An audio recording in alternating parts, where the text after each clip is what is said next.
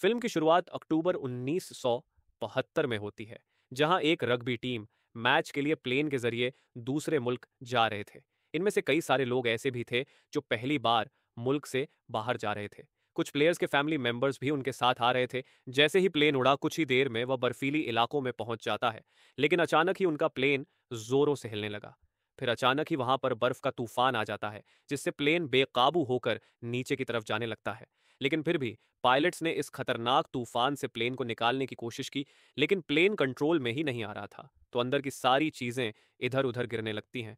पर अचानक ही प्लेन एक काफी बड़े पत्थर से टकरा जाता है, जिससे वह दो हिस्सों में टूट गया।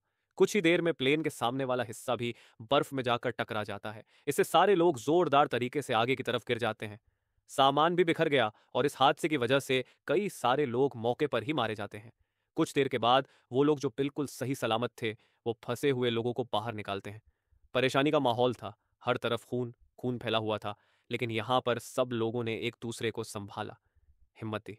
अब दो लड़के कभी खोलकर पायलट के पास जाते हैं, जिसकी भी हालत बहुत खराब थी, और अगले ही पल वो भी दम तोड़ देता है। देखते ही देखते रात हो गई। टेम्परेचर भी तेजी से गिरने लगता है, क्योंकि ठंड से उनका बुरा हाल हो रहा था। इसलिए वो प्लेन के बड़े से छेद को सामान और लाशों से ढक देती है। सर्दी से बचने के लिए अंदर जाकर छुप गए। सभी लोग इस हादसे की वजह से काफी दुखी और गहरे सदमे में थे। कुछ तो डर की वजह से चिल्ला भी रहे थे। तब बाकियों ने जैसे तैसे उनको सहारा दिया, और अगली सुबह जब वे जागे तो देखा कि 4-5 और लोग ठंड की वजह से मारे गए हैं। अब तक तूफान भी थम चुका था, इसलिए वो लोग बाहर आ गए। लेकिन दूर दूर तक ने बर्फ के अलावा और कुछ दिखाई नहीं दे रहा था। साथ ही ये जगह काफी नीचे को भी थी। अब वो नहीं जानती थी कि पता नहीं हम कब तक यहाँ फंसे रहे। तो जिंदा रहने के लिए वो इंतजाम करने लगे। उन्होंने सारे बैग्स और सामान को चेक किया, खाने पीने और जरूरत का सामान वहां से इकट्ठा कर लिया। अपना सारा काम खत्म करने के बाद वही जगह पर बैठ जाते हैं। उन्हें खाना दिया गया, जो वो खाते तो हैं, लेकिन साथ में ये सोचकर परेशान हो रही थी कि हमारे पास थोड़ा सा खाना है जो ना जाने हमें कब तक चलाना होगा। अब अचानक वहां से एक प्लेन गुजरने लगता है।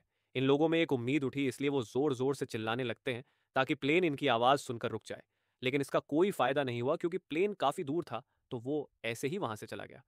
अब तीसरे दिन एक लड़की डो को होश आ गई। नाडो की हालत बहुत खराब थी, चेहरा भी बिगड़ गया था।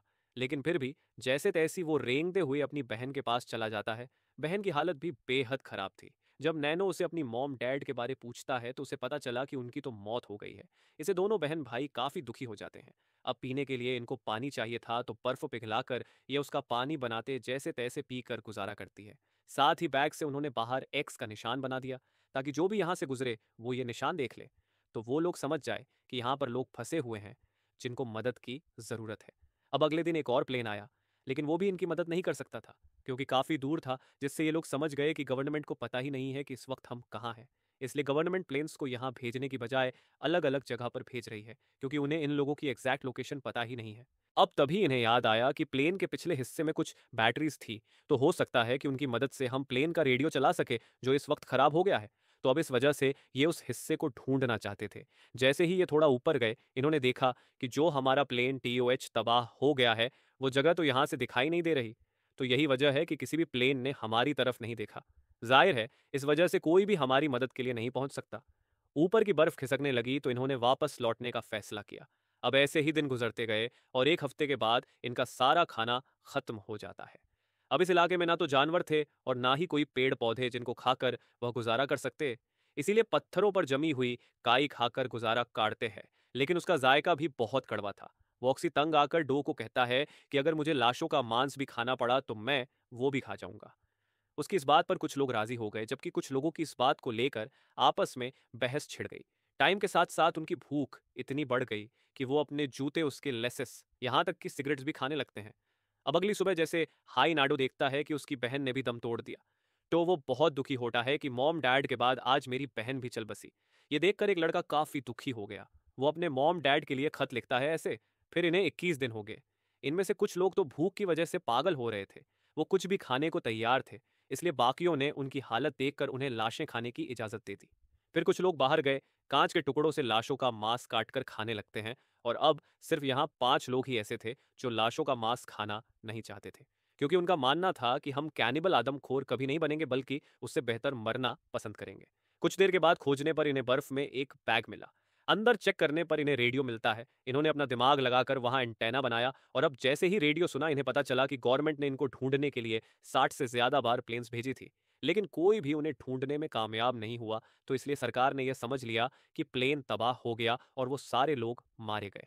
ये सुनकर वे बहुत दुखी हो जाते हैं। यहाँ उनकी हिम्मत जवाब दे रही थी तो बचे हुए 5 लोगों को भी अब मांस खाकर ही गुजारा करना पड़ता है, क्योंकि यह सुनने के बाद वे जान चुके थे कि अब उन्हें बचाने के लिए कोई नहीं आने वाला।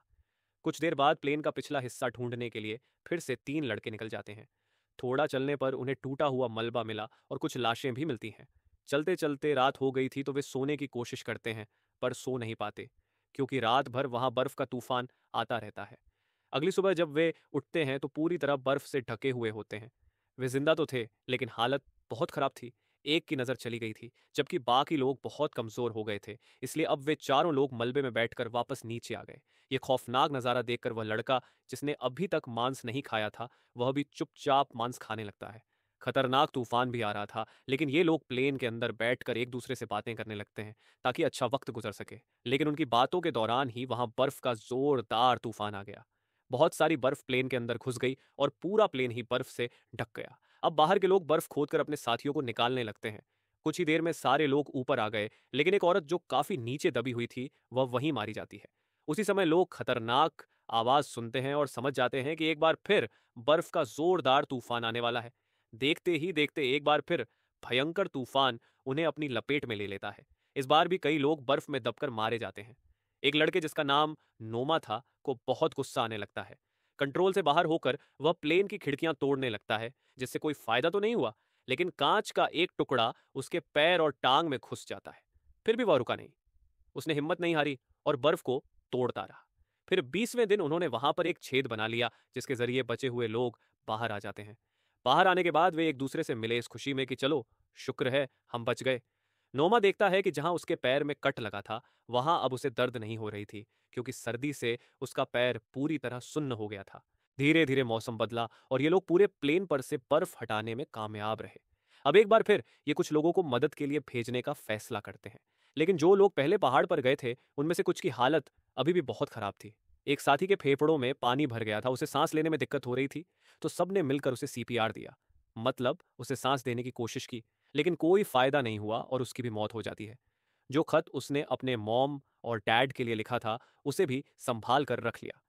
36वें दिन जैसे ही मौसम खुला, नोमा और उसके साथी ढेर सारे कपड़े पहनकर मदद के लिए वहां से निकल गए। लेकिन बीच रास्ते में ही नोमा गिर जाता है, क्योंकि उसके पैर में बहुत दर्द हो रही थी। बाकी लोगों ने जब जाकर चेक किया तो देखा कि उसके पैर का जख्म बहुत गहरा हो गया है। इसलिए उन्होंने नोमा को वापस ले जाने का फैसला किया, पर उसने जवाब दिया कि नहीं दोस्तों, तुम लोग आगे बढ़ो, मैं खुद वापस चला जाऊंगा। वह बेचारा जैसे तैसे वापस आ तो गया, लेकिन उसकी हालत इतनी खराब थी कि वह आते ही बेहोश हो गया। वहीं जो लोग मदद के लिए आगे बढ़ रहे थे वे यह देखकर काफी खुश हो जाते हैं कि उनके सामने प्लेन का पिछला हिस्सा पड़ा हुआ है, जो आखिरकार उन्होंने ढूंढ लिया था। प्लेन का वह हिस्सा देखते ही उन्होंने बाकी साथियों को भी बुला लिया। वहां जो सामान था वह सब इकट्ठा कर लिया। सामान में बहुत सारे साफ कपड़े, खाने का सामान और चॉकलेट्स थी। इन्हें वहां बैटरियां भी मिल गईं, जिन्हें प्लेन में डालकर ये लोग रेडियो के जरिए सिग्नल भेजने की कोशिश करते हैं। लेकिन कोई जवाब नहीं आया, क्योंकि रेडियो खराब था जिसे वे सही समझ रहे थे। जब उन्हें एहसास हुआ कि रेडियो खराब है तो थक हार कर वहीं बैठ गए। नोमा का जख्म भी दिन ब दिन बढ़ता जा रहा था, जो उसके पूरे शरीर में फैल गया था।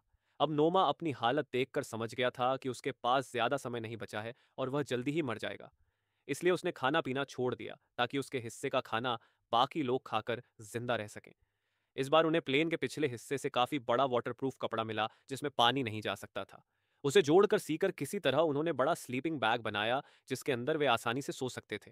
फिर उन्होंने छोटे रेडियो में खबर सुनी कि हालांकि उन्हें वहां फंसे हुए 58 दिन हो गए हैं, लेकिन अब भी एयरफोर्स उन्हें ढूंढने के लिए एक आखिरी प्लेन भेज रही है, इस उम्मीद के साथ कि अगर वे जिंदा हैं तो एयरफोर्स उन्हें मिल जाए। ये सुनकर कुछ लोगों ने कहा कि मदद के लिए हमें ऊपर जाना होगा। अब नोमा उनसे दुख भरी आवाज में कहता है कि सुनो दोस्तों, अगर मैं मर जाऊं तो मुझे खा लेना, क्योंकि अगर तुम में से एक भी जिंदा बच गया तो मेरी और बाकी साथियों की मौत बेकार नहीं जाएगी। इतना बोलते ही उसने दम तोड़ दिया। उसके हाथ में एक नोट था जिसमें लिखा था, दोस्तों तुम्हारे लिए मरकर मैं अमर हो गया हूं, मतलब मरकर भी मैं जिंदा हूं। उसके ये अल्फाज सुनकर सारे लोग दुखी हो गए, लेकिन साथ ही उनके अंदर हौसला भी पैदा हो गया था। उनके कुछ साथी फिर से मदद के लिए निकल गए और अब आखिरकार वे पहाड़ की चोटी पर पहुंच गए। पर यह देखकर हैरान रह गए कि सफर अभी और लंबा है। इसलिए वे वहीं बैठकर सोचने लगे। उन्हें विचार आया कि वापस चले जाएं, लेकिन क्योंकि वे अपनी हिम्मत टूटने देना नहीं चाहते थे, इसलिए किसी भी तरह आगे जाने का फैसला किया। अब उनकी मेहनत रंग लाई, क्योंकि कुछ दूर चलने पर उन्हें साफ पानी की नदी मिल गई, जिसमें से वे खूब पानी पीकर अपनी प्यास बुझाते हैं। तभी अचानक घोड़े पर सवार एक आदमी नजर आया, जिसे देखकर वे खुशी से पागल हो गए। वे मदद के लिए चिल्ला रहे थे, लेकिन वह आदमी उनकी बात को समझ नहीं पाया। इसलिए उसने एक कागज और पेन उनकी तरफ फेंका। तब इन लोगों ने अपनी पूरी कहानी लिखकर उससे मदद मांगी। वह आदमी कागज को लेकर फौरन भागा और शहर में जाकर अधिकारियों को दे दिया। तब एयरफोर्स की रेस्क्यू टीम को इस बारे में तुरंत बता दिया गया, ताकि उनकी मदद के लिए वे जा सकें। अब वह आदमी फिर से नाडो और उसके दोस्तों के पास आकर उन्हें अपने घर लेकर गया और उन्हें ढेर सारा खाना खिलाया। कुछ ही देर में पूरा इलाका रिपोर्टरों से भर गया, जो उन दोनों से कई तरह के सवाल करने लगे। अब उनके साथी जो बर्फीले पहाड़ों में फंसे हुए थे, उन्होंने भी रेडियो के जरिए यह खबर सुन ली। जब उन्हें पता चला कि उनकी मदद के लिए लोग भेजे जा रहे हैं, तो उन्होंने अपने हाथ मुंह धोए और सारा सामान पैक कर लिया, ताकि वहां से निकल सकें। आखिरकार 71वें दिन हेलीकॉप्टर नाडो और उसके दोस्त के जरिए वहां पहुंचे। बचे हुए लोगों को बचाने के लिए हेलीकॉप्टर को देखकर सारे लोग खुशी से झूम उठे और इस तरह बचे हुए 16 लोगों को फौरन बचा लिया गया। फिर जल्दी उन्हें शहर लाया गया, जहां उनकी फैमिली बेसब्री से उनका इंतजार कर रही थी। अब वे सारे लोग एक दूसरे से मिलकर बहुत खुश हो गए, जिसके बाद उन्हें अस्पताल ले जाया गया। वहां हजारों की तादाद में लोगों ने उनका हीरोज की तरह स्वागत किया, क्योंकि उन्होंने इतनी मुसीबत के वक्त भी हौसला नहीं हारा। अपनी बहादुरी की वजह से वे वहां से बच निकले। लेकिन उस रात वे लोग एक दूसरे से अलग नहीं सोए। सब इकट्ठे ही थे, क्योंकि उस हादसे का सदमा उनके अंदर बहुत गहरा था और वे उससे बाहर नहीं निकल पा रहे थे। लेकिन उन्हें इस बात की खुशी थी कि उन्होंने थोड़ी बहुत कोशिश की और वे बच गए। उनके सामने मुश्किल वक्त भी हार गया, जिसके साथ इस फिल्म की कहानी भी यहीं खत्म हो जाती है। अगर आपको ये मूवी अच्छी लगी तो चैनल को लाइक, शेयर और सब्सक्राइब करें। धन्यवाद।